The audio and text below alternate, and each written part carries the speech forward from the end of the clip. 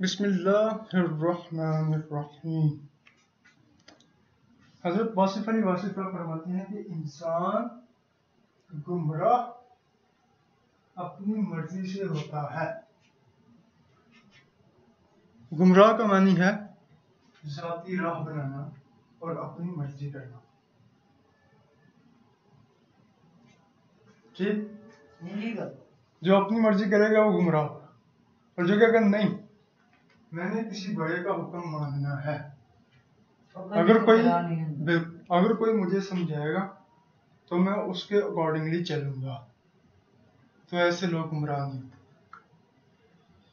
فرض کریں ایک اسٹوڈنٹ جو ہے نا کلاس میں جاتا ہے، کلاس لیتا ہے نا، اسٹوڈنٹ کلاس میں جاتا ہے تو وہاں کیا ہوتا ہے؟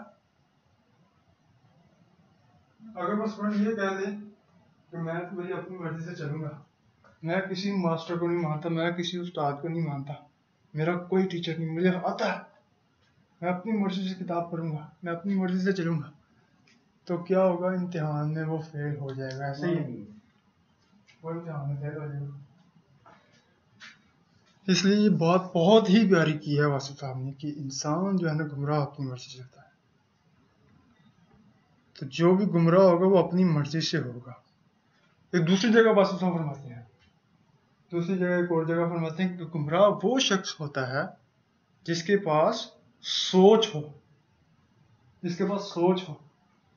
اور ذہن کے پاس سوچنے کی گنجائش ہو۔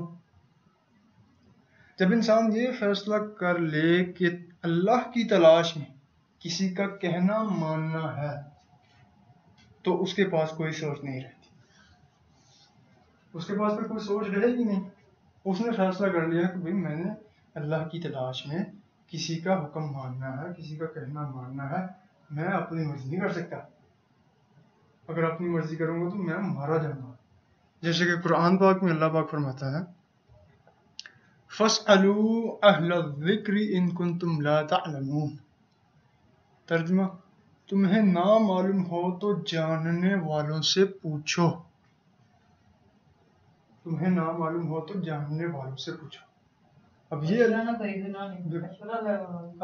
پاک نے نہیں فرمایا کہ اگر تم نہیں جانتے تو قرآن پاک کا ترجمہ پڑھ لینا، حدیث شریف کوئی کتاب پڑھ لینا اور جان لینا، بلکہ کیا فرمایا کہ نہیں جانتے تو جاننے والوں سے پوچھو۔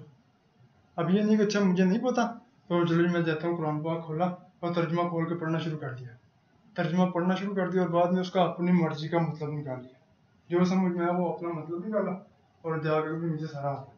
اور یار مولوی ساری ان کو کیا پتا ہو، مجھے پتا ہے۔ پھر سارے مولوی تو ایک جیسے نہیں نہ ہوں گے، کوئی تو ہوگا نا جو صحیح چل رہا ہے۔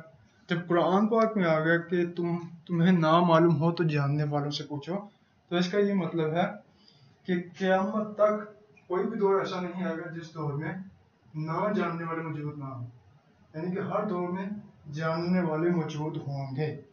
کیوں؟ کیونکہ قرآن پاک میں آ گیا، یہ قرآن پاک میں آ گیا پارہ نمبر 14 کہ تمہیں نہ معلوم ہو تو جاننے والوں سے پوچھو۔ اس کا مطلب یہ ہوا کہ ہر دور میں جاننے والے موجود ہوں گے، اب ہم نے ان کو تلاش کرنا ہے۔ اب اگر یہ بندہ کو یہ کہہ دے نو جی سارے اس طرح کے، سارے یہ آپس میں لڑتے رہتے ہیں، یہ وہ ہم کس کے پاس جائیں، تو یہ بھائی وہ بے وقوفی کر رہا ہے، اس طرح ہو نہیں سکتا۔ قرآن پاک یہ آیت پڑھ لیں اور یہ ترجمہ آپ کے سامنے کہ تمہیں نہ معلوم ہو تو جاننے والوں سے پوچھو، تو یہ قرآن پاک میں جو فرما دیا اللہ پاک نے وہ حق ہے، سچ ہے، اور یہ قیامت تک کے لیے قرآن پاک ہے، کسی ایک دور کے لیے نہیں ہے۔ اب اگر بندہ کہے کہ جی نہیں آج کے دور میں تو یہ علماء حضرات آپس میں لڑتے رہتے ہیں، اب یہ نہیں ہو پائے، کیوں نہیں ہو سکتا؟ یہ قرآن پاک قیامت تک کے لیے، کسی ایک دور کے لیے نہیں ہے۔ تو یہ ہمارا پکا یقین ہونا چاہیے کہ قیامت تک جاننے والے موجود ہوں گے، ہم نے ان کو تلاش کرنا ہے۔ اب جو جاننے والے ہیں ان سے جا کے پوچھیں، کوئی بھی آپ نے قرآن کا ترجمہ کیا اس کا اپنی مرضی سے تشریح نہ کریں، اس کی وہ جا کے کسی عالم دین جو خوف خدا اور عشق مصطفیٰ رکھنے والا عالم ہو ان کے پاس جائیں اور انہیں بتائیں کہ یہ میں نے قرآن پاک کا ترجمہ، اس کا مطلب کیا ہے، اس کی تشریح کرتے ہیں، یہ مجھے سمجھا دیں اس کا کیا ہے، تو پھر وہ ایسا بندہ ناکام نہیں ہوگا۔ اور جو کہے گا نہیں جی نہیں بس میں پڑھ لوں گا، میں خود ہی دیکھ لوں گا، خود دیکھنے پھر وہ بندہ جاتا رہے.